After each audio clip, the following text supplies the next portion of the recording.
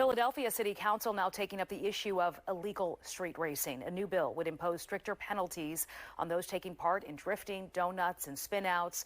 And this comes just days after police responded to several chaotic car meetups across the city. And on the same night, an 18-year-old shot and killed by state police is laid to rest. Our Kelly Rule has the story.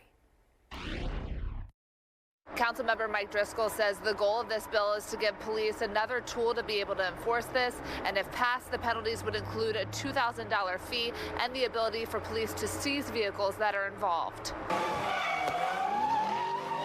It's reckless. It's ridiculous. Kenneth Rodriguez says his son woke up during the chaos outside his home early Sunday morning, cars taking over the intersection of Cottman and Torresdale Avenue. And my baby started crying. He's only 4 months.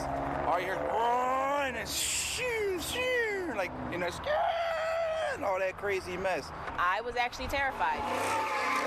It was this scene in Councilmember Mike Driscoll's district that motivated him to get a bill out this week that he's been working on.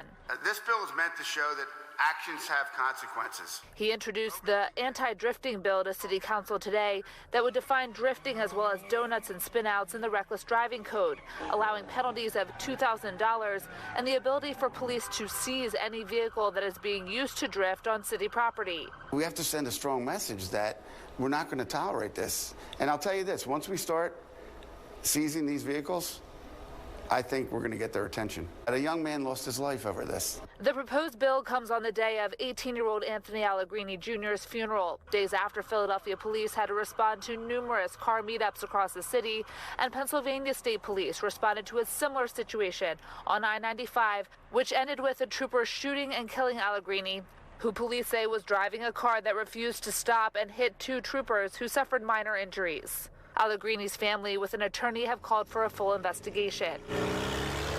In Mayfair, neighbors agree something needs to happen.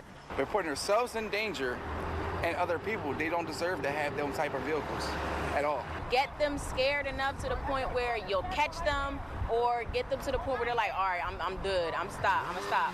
If there's no jail time, if there's no consequences, they're just gonna go back and keep doing the same thing over and over again. Council members Mark Squilla and Catherine Gilmore Richardson co-signed the bill. It will now head to committee for review. Reporting at City Hall, I'm Kelly Rule, Fox 29 News.